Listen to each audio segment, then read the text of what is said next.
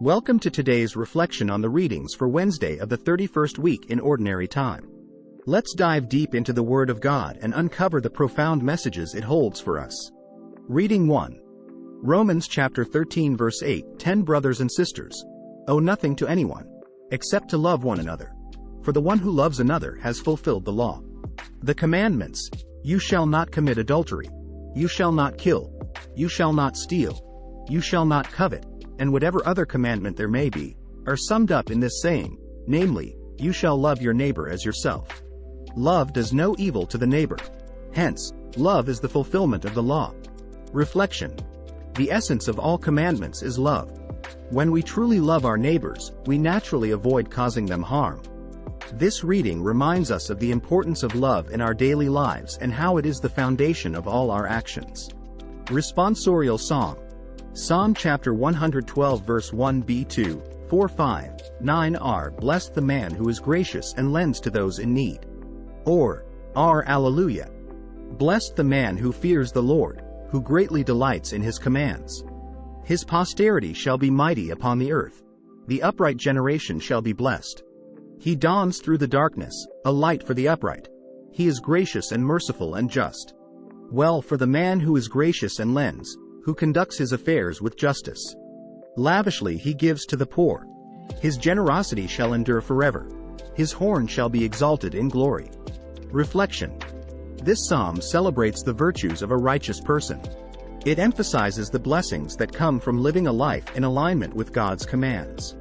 Generosity, justice, and mercy are highlighted as qualities that lead to enduring blessings. Alleluia.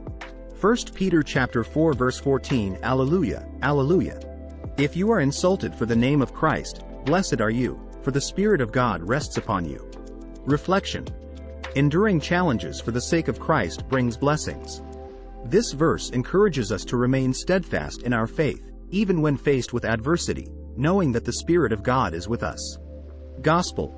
Luke chapter 14 verse 25 33 Great crowds were traveling with Jesus, and he turned and addressed them, If anyone comes to me without hating his father and mother, wife and children, brothers and sisters, and even his own life, he cannot be my disciple. Whoever does not carry his own cross and come after me cannot be my disciple. Which of you wishing to construct a tower does not first sit down and calculate the cost to see if there is enough for its completion? Otherwise, after laying the foundation and finding himself unable to finish the work, the onlookers should laugh at him and say, This one began to build but did not have the resources to finish. Or what king marching into battle would not first sit down and decide whether with 10,000 troops he can successfully oppose another king advancing upon him with 20,000 troops? But if not, while he is still far away, he will send a delegation to ask for peace terms. In the same way, every one of you who does not renounce all his possessions cannot be my disciple. Reflection. Jesus emphasizes the cost of discipleship in this passage. Following him requires total commitment and sometimes making tough choices. Just as one would calculate the cost of building a tower or going to war, we must also consider the sacrifices required to be true disciples of Christ.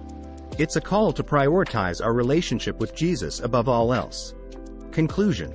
Today's readings challenge us to reflect on the depth of our commitment to Christ and the role of love in our lives. As we go about our day, let's remember to love our neighbors and to prioritize our relationship with God. Follow me.